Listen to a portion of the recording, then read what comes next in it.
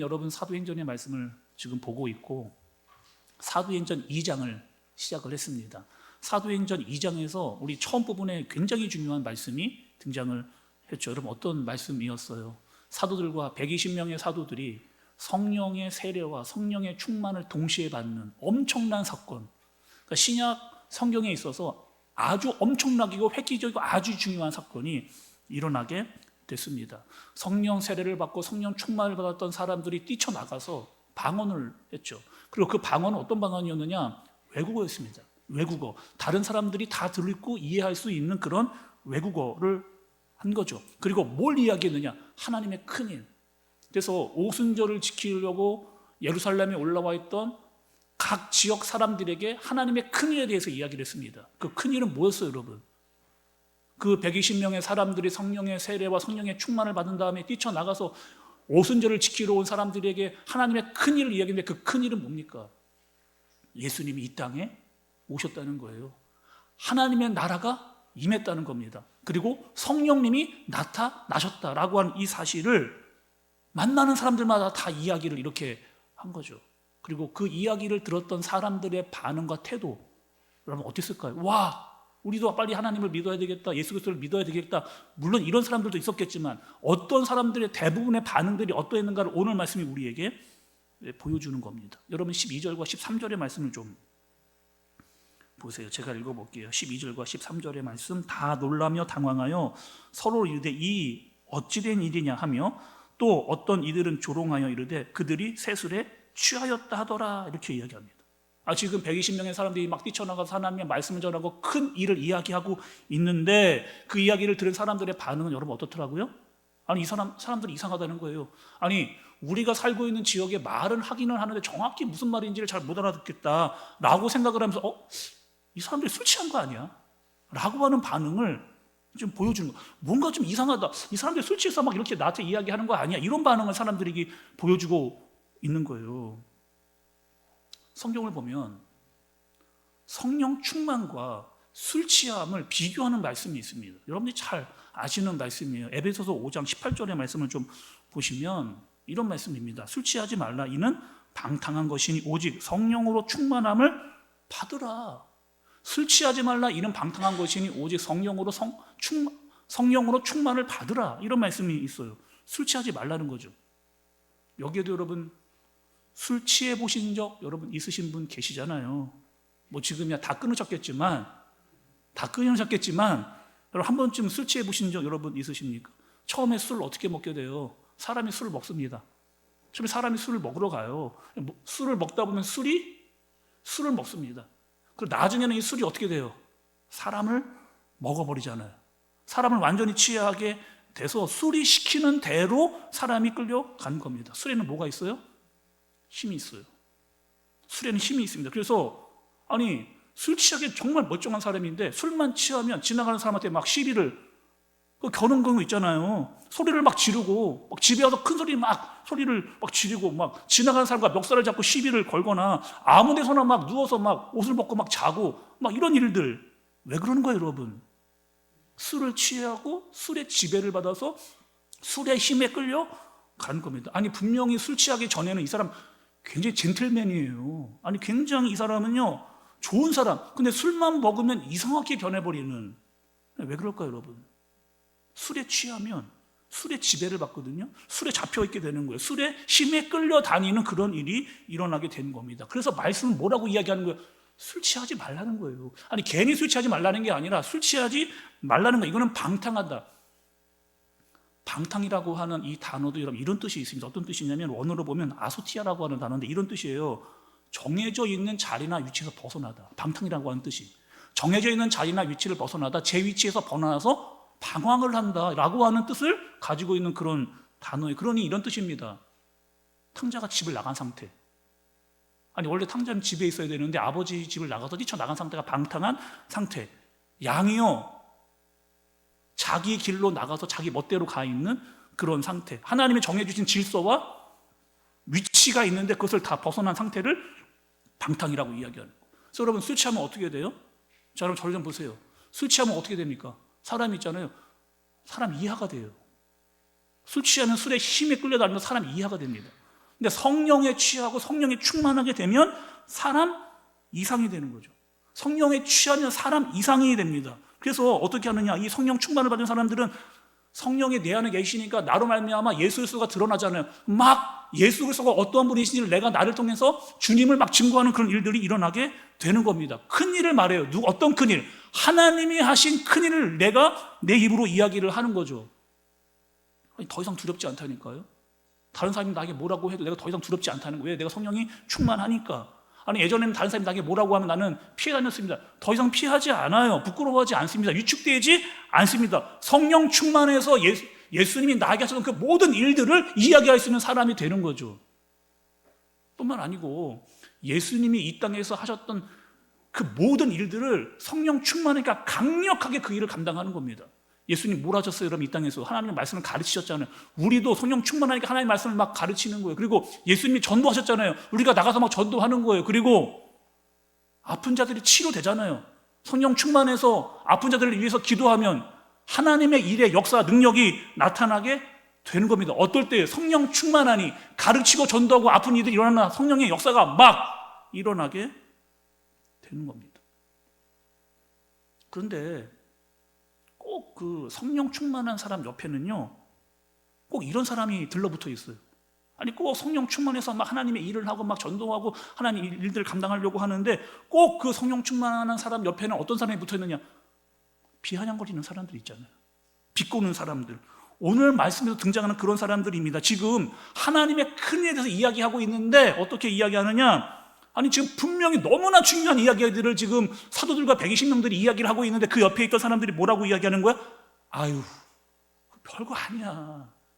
저거 있잖아. 뭐 들어봐야 큰 별거 아니야. 이런 사람들이 옆에 다 붙어 있는 거예요. 얼마 전에 우리 교회 새벽 예배 때 말라기서의 말씀을 살폈습니다. 이런 말라기 선지자는 구약의 맨 마지막에 나오는 선지서잖아요. 말라기 선지자가 아주 중요한 말씀을 이스라엘 백성들에게 막 선포를 했습니다. 근데 그 말씀을 듣는 이 사람들의 태도예요. 아니, 구약의 맨 마지막에 말라기 선지자가 정말 중요한 하나님의 말씀을 막 증거했거든요. 근데 그 하나님의 말씀을 듣는 이스라엘 사람들의 태도는 여러분 어땠을까요? 별거 아니라는 거. 아니, 지금 하나님의 말씀 막 증거하는데 그거 별거 아니라는 거. 그거 우리가 다 들어봤다, 다 우리가 해봤다, 이런 태도로 말씀을 듣는 거. 왜? 그들이 어떻게 했기에 여러분? 이스라엘 사람들이 돌아와서 바벨론 포로에 돌아와서 이스라엘 사람들이 뭐래요? 성전을 짓습니다. 성벽을 지어요. 아니, 이런 일을 다 했어요. 야, 성전도 짓고 성벽도 짓고, 야, 우리가 하나님께서 이렇게 했는데 그럼 하나님이 우리에게 복을 엄청나게 주셔야 되는 거 아니야? 이런 생각을 하게 되는 거예요. 예를 들면 이런 거죠. 우리가 교회를 막 졌어요. 그리고 막 교육관도 졌습니다. 그러면 하나님께서 막 우리에게 복을 팍팍팍 막 엄청나게 주셔야지. 그래야 되는 거 아닙니까? 아무 일도 안 일어납니다. 하나님께서, 아니, 우리가 이렇게 성벽도 쌓고 성전도 쌓으면은 지금 다윗과 솔로몬 때와 같이 그렇게 막 우리나라가 막 부흥되는 그런 일들이 막 일어나야 되는데 아무 일이 안 일어나는 거예요. 사람들의 마음이 위축이 되는 거예요. 말라기서 말씀을 보면 하나님이 계속 얘기해요. 내가 너희를 사랑한다. 내가 너희를 정말 사랑한다 라고 이야기하는데 사람들은 사랑한다는 말을 듣지 않습니다. 왜? 아니, 언제 사랑했어요, 하나님? 아니, 언제 사랑했습니까? 우리가 원하는 거 하나도 안 줬는데 언제 사랑해 줬습니까? 이러한 태도로 이야기하는 거예요. 내가 원하는 것 안 주니까 사랑하지 않는다라고 그들은 그렇게 생각하는 거죠. 교회도 여러분 이런 분들이 꼭 있잖아요. 뭔가 열심히 하려고 하는데, 신앙적으로 막 열심히 하려고 하는데, 내가 성령 충만 받아가지고 내가 막 주일 말씀도 막 듣고 예배를 막 드리고 막 내게 맡긴 일들을 너무 열심히 하는데 옆에서 꼭 이렇게 이야기하는 사람들 있잖아. 야, 그거 내가 다 해봤거든. 별거 아니야. 교회 열심히는 다녀라. 근데 있잖아, 너무 열심히 하지는 마. 교회 열심히 다녀. 근데 열심히는 하지 마. 광신도처럼 빠지지는 말라는 거예요. 적당히 할 만큼, 그냥 티 안 나게, 그냥 너무 빠져가지고 너무 요란하게 하지 말고 그냥 적당히 그렇게 하라는 거예요. 뭘 얘기하는 거예요? 영적인 것을 아주 가볍게 여기는 그런 태도의 사람들이 있는 거죠. 여러분, 지금 상황은 어떤 상황이라고요? 성령 세례가 임하고 성령 충만이 임해서 막 뜨거워져서 하나님의 일을 감당하고 하나님의 말씀을 막 증거하는 그런 상황인데 그것을 보면서 별거 아니야, 저렇게 하지 마 라고 하는 사람들이 옆에 있었다는 거예요. 결혼식도 여러분 그런 것 같아요. 결혼식, 제가 여러분 청년 사역을 좀 오래 했잖아요. 그 결혼하는 그 자녀를 둔 부모님들과 자녀들이 약간 그 결혼할 때 갈등이 일어나는 것을 제가 보게 됩니다. 어떤 갈등이 있을까요? 신앙생활 열심히 해왔던 부모님들이 있어요. 그리고 믿음이 좀 약합니다. 근데 결혼할 때가 된 자녀가 있는 거예요. 그리고 자녀들이 결혼할 때가 됐어요. 부모님이 고민이 하나 있습니다. 고민, 어떤 고민일까요, 여러분? 그래, 결혼 날짜, 결혼식장, 뭐 음식, 스드메 다 니네가 알아서 해. 너 좋은 대로 다 하면 우리가 그냥 맞출게. 부모님들 보통 이렇게 이야기를 하시잖아요. 다 니네가 준비하고 네가 원하는 대로 하면 우리가 거기에 맞춰서 그렇게 할게. 부모님들이 이렇게 이야기를 하시는데 한 가지 부탁을 있다는 거예요. 꼭 이거는 좀 이렇게 했으면 좋겠다. 한 가지만 부탁을 할게. 뭘까요, 여러분? 그렇죠. 결혼식은 좀 예배로 드렸으면 좋겠다. 결혼식은 꼭 좀 예배를 드렸으면 좋겠다. 근데 그 자녀들이 그 얘기를 듣고 엄마 아빠 참 답답한 소리 지금 하시네. 지금 누가 결혼식 때 결혼식을 예배로 드립니까? 아니, 누가 요즘에 주례자 사와가지고 막 목사님 불러가지고 누가 요즘에 그렇게 결혼식 해요? 진짜 언제적 얘기를 지금 하고 계시는 거예요. 엄마 아빠 있잖아요. 그냥 우리끼리 모여가지고 그냥 우리끼리 소감 얘기하고 편지 쓰고 그냥 엄마 아빠가 좋은 얘기 해주시고 뭐 파티처럼 하고 그냥 끝나면 되는 거잖아요. 근데 저는 부모님들이 왜 결혼식을 예배로 꼭 드리고 싶어 하시는지 제가 그 마음을 알거든요. 부모님들은 영적인 걸 중요하게 여기는 겁니다. 영적인 걸 중요하게 여기는 거예요. 우리 교회 그 청년들도 잘 여러분 들어보세요. 너무 중요한 얘기. 왜 부모님들은 결혼식을 왜 예배로 꼭 드렸으면 하는 마음을 강하게 가지고 있으신가? 하나님이 우리를 만들었잖아요. 하나님이 우리를 만들었거든요. 남자와 여자로 만드셨습니다. 그리고 그 남자와 여자가 하나 되게 했어요. 어떻게 해요? 결혼이라고 하는 제도를 통해서. 근데 그 결혼이라고 하는 그 제도도 누가 주신 거예요? 하나님이 주신 거예요. 하나님이 사람을 만들고 남자와 여자를 만들고 남자 여자가 하나 되게 하셔서 그것을 결혼이라고 하는 제도를 통해서 함께 살아갈 수 있도록. 그러니 그 모든 것들은 다 하나님 앞에서 이루어져야 될 일이잖아요. 그래서 당연히 결혼하면서 그것을 하나님 앞에서 결혼을 통해서 성원 선포도 하고 기도도 하고 예배도 드리면서 하나님, 난 정말 우리 가정은 하나님의 뜻대로 살아가겠습니다 라고 하는 그 고백을 하나님 앞에서 하기를 바라는 거죠. 누가요? 부모님들이. 그래서 우리는 서양 사람들이 하는 거 말고 좀 예배로 하나님께 예배를 드리고 싶다라고 하는 마음을 자꾸 표현하는 거죠. 중요한 걸 중요하게 여기는, 중요한 걸 가볍게 여기지 않게 되는 겁니다. 여러분 지금 보세요. 성령이 임했다니까요. 근데 사람들은 술에 취했다 이야기하고 성령이 임했는데 술에 취했다라고 가볍게 여기는 세상이 된 겁니다. 근데 그 말을 들었던 베드로가 가만히 있을 수가 없는 거예요. 아니, 그 말을 듣고 우리는 분명히 성령이 임해서 성령이 충만하게 임했는데 우리를 보고 술에 취했다라고 하는 사람들을 내가 가만히 둘 수 없어서 베드로가 이야기를 하기를 시작한 겁니다.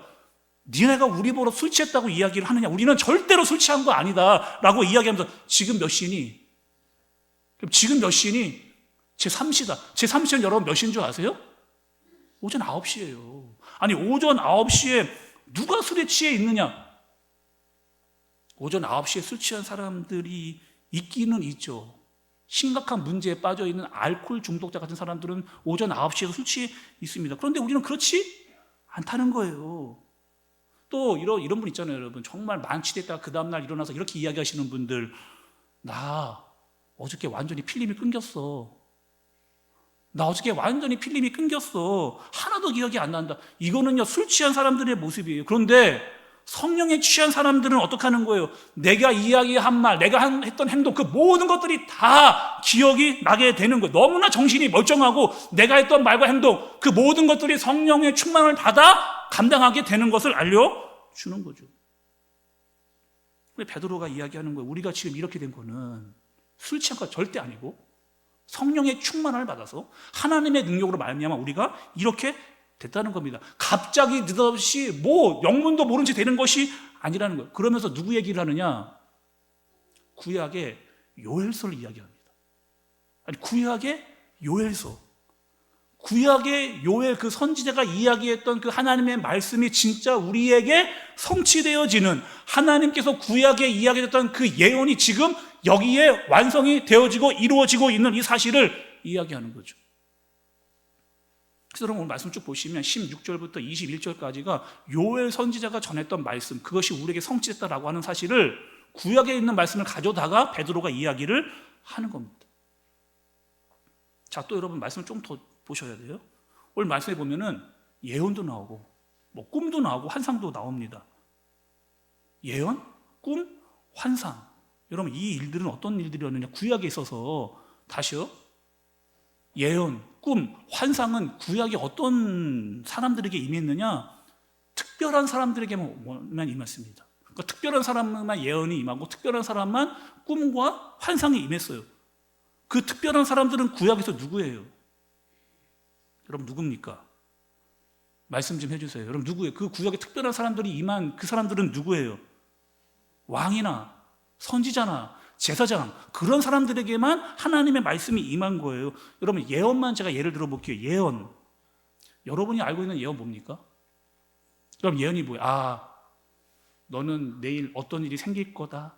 뭐 한 달 후에 너는 어떤 일이 생길 거야. 그게 여러분 그 예언이에요? 뭐 점쟁이가 이야기하듯이 얘기하는 게 여러분 예언입니까? 그걸 예언이라고 생각하시는 분이 있어요. 그런데 성경에서 말하는 예언은 그 예언이 아니에요. 여기서의 예언은 뭐예요? 하나님의 말씀입니다. 하나님의 말씀. 그러니 구약에 말씀했던 그 하나님의 말씀이 지금 신약에 와서 지금 성취되고 있다라고 하는 사실을 지금 이야기하고 있는 거예요. 그리고 왕이나 제사장이나 선지자만 들었던 그 하나님의 말씀이 이제 그 누구에게도 다 임하여졌다. 그래서 자녀나 젊은이나 늙은이나 남종이나 여종이나 모두에게 부어지게 됐다. 그 부어진 게 뭐예요? 성령 하나님께서 각 사람 모두에게 임하게 하셨다는 거예요. 그래서 구약에는 특별한 사람들만 하나님의 말씀을 받았거든요. 근데 이제는 우리가 하나님의 말씀을 읽으면, 이제 하나님의 말씀을 들으면, 아, 이게 정말 하나님의 뜻이구나라고 그것을 알 수 있게끔 성령님이 우리에게 임하신 거예요. 그래서 우리가 여러분 뭐 하는 거예요? 성령님이 내 안에 계셔서 하나님의 말씀을 듣고 읽을 때마다 하나님이 나에게 주신 말씀이구나를 깨달아서 그 말씀대로 살 수 있기 때문에 우리가 항상 기뻐하고 범사에 감사할 수 있는 그 이유가 있었던 거잖아요. 근데 이 일은 이미 구약에 요엘서에 이미 말씀드렸던 그 일이 지금 신약에 와서 성취되고 지금 이루어지고 있는 것이다 라고 누가요? 베드로가 모여있는 모든 사람들에게 우리는 술 취한 것이 아니고 성령에 충만한 것이다 이렇게 이야기를 하고 있는 겁니다. 17절의 말씀도 여러분이 보세요. 17절의 말씀. 하나님이 말씀하시기를 말세에 이렇게 이야기하거든요. 말세라고 하는 말이 나옵니다. 여러분 이런 만큼 가끔 뭐 들어보거나 사용했거나 와 진짜 말세다 말세 이런 말 여러분 사용하시잖아요. 근데 누군가 또 여러분들에게 말세는 뭡니까? 말하고 물어본다면 여러분 어떻게 얘기를 해주실 거예요? 말세는 도대체 어떤 때가 말세예요? 이단이 와가지고 말세를 하십니까? 지금 말세입니다. 빨리 우리 쪽으로 오세요. 이렇게 이야기하면 여러분 어떻게 이야기하실 거예요? 아, 말세라는 말 하지도 마세요. 아, 괜히 불안하잖아요. 괜히 심란하잖아요. 복잡하잖아요. 그런 말 말세라면 하지도 마세요. 말세는 뭐예요? 말세. 아니, 말세를 알아야 되잖아요. 우리가 그래야 말씀도 알고 아, 말세니까 우리가 어떻게 된 걸 알아야 할 거 아니에요. 말세는 여러분 어떤 때입니까? 성경이 말하는 말세는요 이런 겁니다. 제가 여러분께 정확히 말씀을 드릴게요. 말세는 어떤 걸 말세라고 하느냐? 예수님께서 이 땅에 오셨어요. 언제? 2000년 전에. 2000년 전에 예수님이 오셨는데 그때 예수님 오신 것을 뭐라고 이야기해요? 초림이라고 이야기합니다. 예수님이 처음 이 땅에 오신 2000년 전의 그 사건을 초림이라고 이야기해요. 그리고 예수님께서 하늘로 올라가시면서 내가 다시 오시겠다, 다시 오겠다라고 이야기를 하셨습니다. 그럼 예수님이 다시 오시는 때는 뭐라 그래요? 재림입니다. 그럼 말세는 뭐냐? 초림과 재림의 그 사이. 초림과 재림의 그 사이예요. 그러니 지금 베드로가 말씀을 지금 막 선포하고 있는 그때는 어떤 때예요? 말세입니다. 지금 말씀을 듣고 있는 여러분, 우리도 지금 어떤 시대를 살아가고 있는 거예요?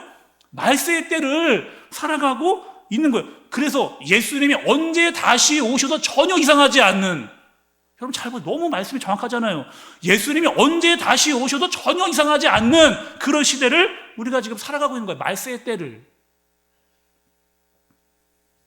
근데 예수님 이런 얘기 하셨습니다. 내가 올 때 어떤 징후들이 일어날 거야.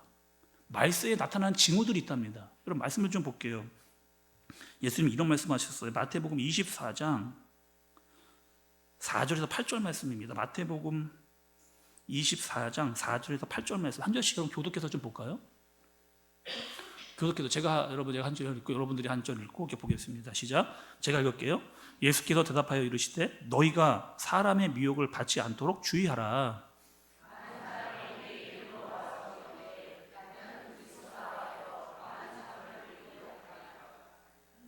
난리와 난리의 소문을 듣겠으나 너희는 삼가 두려워하지 말라. 이런 일이 있어야 하되 아직 끝은 아니니라.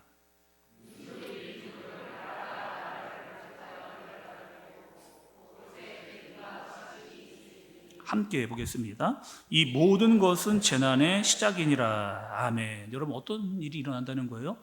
점점점 말세가 점점점 멀리 가게 되면은 그때 예수님이 오신 때잖아요. 예수님이 오시는 때에 대해 나타나는 징후들이 있다는 거, 어떤 증상들이 있다는 거예요.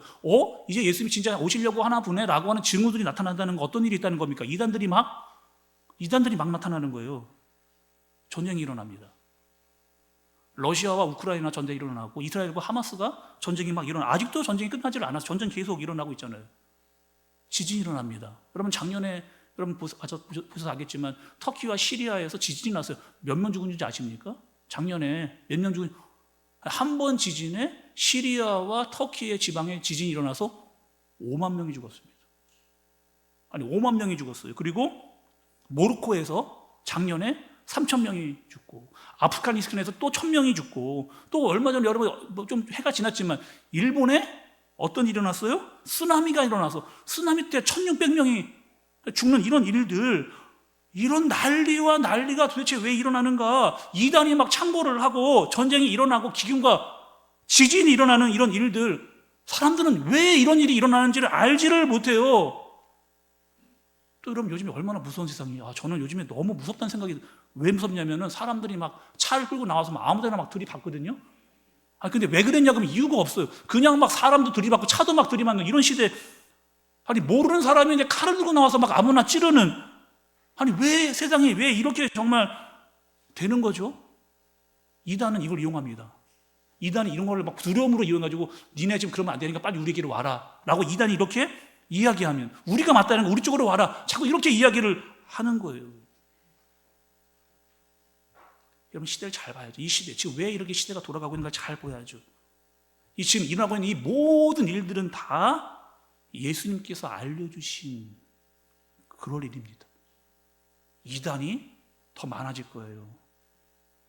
지진과 기근이 더 심해질 겁니다. 전쟁들이 더 많이 일어날 거예요. 그런데 이 모든 것들은 다 예수님이 알려주신 거예요. 그런데 아직 끝은 아니라는 거예요. 그리고 두려워하지 말라는 거예요. 이단처럼 이것을 두려워해서 이단처럼 끌어들이는 잘못된 일을 하지 말고 너희는 어떻게 하라는 거예요. 지금 혼란한 시대에, 얼마나 혼란스럽니? 지진과 전쟁과 기근과 이단과 난리와 난리가 창궐하는 이 시대 속에서 너희는 어떻게 살아가야 되느냐? 어떻게 살라는 거 말씀 우리에게 알려주십니다. 오늘 21절의 말씀을 보세요.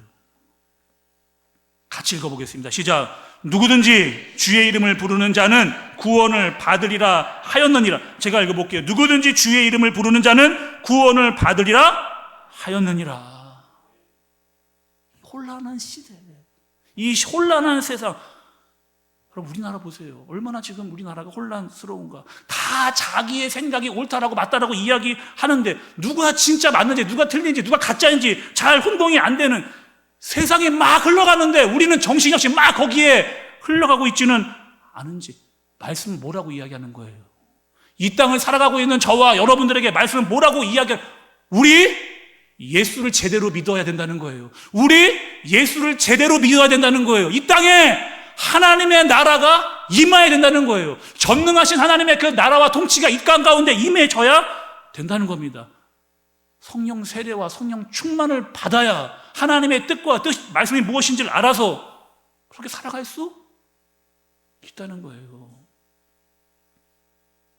세상이 점점점 죄로 심각해져 가는데, 이해 못할 일들이 막 일어나는데, 무서운 일들이 일어나는데 너희는 두려워하지 말고 정신을 차리고, 지금 때 더 어떻게 하는 거야? 예수님이 점점점 오실 때가 가까워졌구나라고 하는 이 사실을 알고 더 정신을 차리고 믿음으로 말미암아 하나님의 말씀으로 살아가야 될 때가 바로 이때다. 너희는 흔들리지 말고 이렇게 살아야 된다라고 말씀을 해주시는 겁니다. 우리가 얼마 전에 산상수훈의 말씀을 들었잖아요. 예수님이 해주신 산상수훈의 말씀. 그리고 산상수훈의 결론 부분에 이렇게 예수님이 이야기했습니다. 좁은 길을 가라. 좁은 길을 가라는 거예요. 세상 사람들은 자꾸 우리가 하나님의 말씀으로 살려고 하는데 사람들은 자꾸 우리에게 비아냥거립니다. 자꾸 비꼬는 말, 예수전이라고 얘기를 해요. 근데 우리는 전혀 이상하지 않습니다. 왜? 지금 이 세상이 왜 이렇게 돌아가는지, 왜 이렇게 혼란스러운지, 난리가 일어나고 전쟁과 기근과 또 지진이 끝나지 않는지, 왜 이상한 사람들이 막 튀어나오는지를 우리는 다 알고 있기 때문에, 그래서 우리는 여전히 어떻게 하는 거예요? 이 혼란한 시대 속에 살고 있지만 좁은 길을 가는 겁니다. 예수님이 가셨던 그 길을 우리가 걸어가는 거예요. 그 좁은 길이 있는데 그 길은 나를 부인하고 십자가를 져야만 갈 수 있는 길. 계속 주여, 주여, 주여라고 부르면서 우리는 그 길을 걸어가는 거예요. 힘들고 어렵고 복잡한 이 세상 속에서 우리는 주여라고 이 구원받는 자로서 우리는 이 땅을 살아가는 겁니다. 언제까지? 그렇죠. 주님 다시 오실 때까지. 주님 다시 오실 때까지 우리 좁은 길을 걸으며 계속 주여, 주여, 주여 외치며 가는 거예요. 그리고 예수님이 다시 오시거나 아니면 우리가 그 좁은 길을 다 가고 좁은 문에 이르렀을 때 우리는 어떻게 해야 돼요? 예수, 예수, 예수라고 우리는 그분을 불러야 됩니다.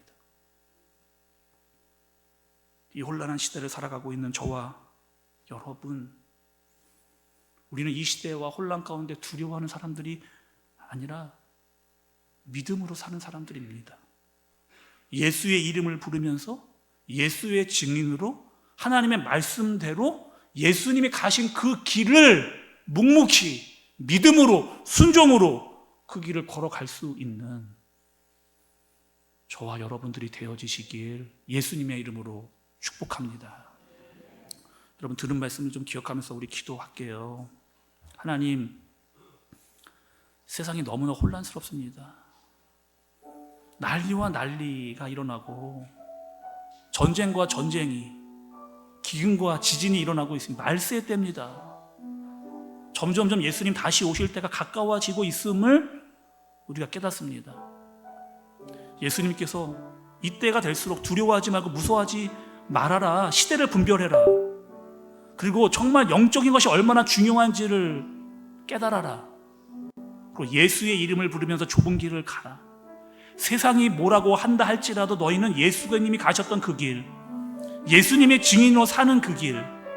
힘든데요? 그러니 성령 충만을 받으라는 거예요. 말씀으로, 성령으로 이 시대를 알게 하셨습니다.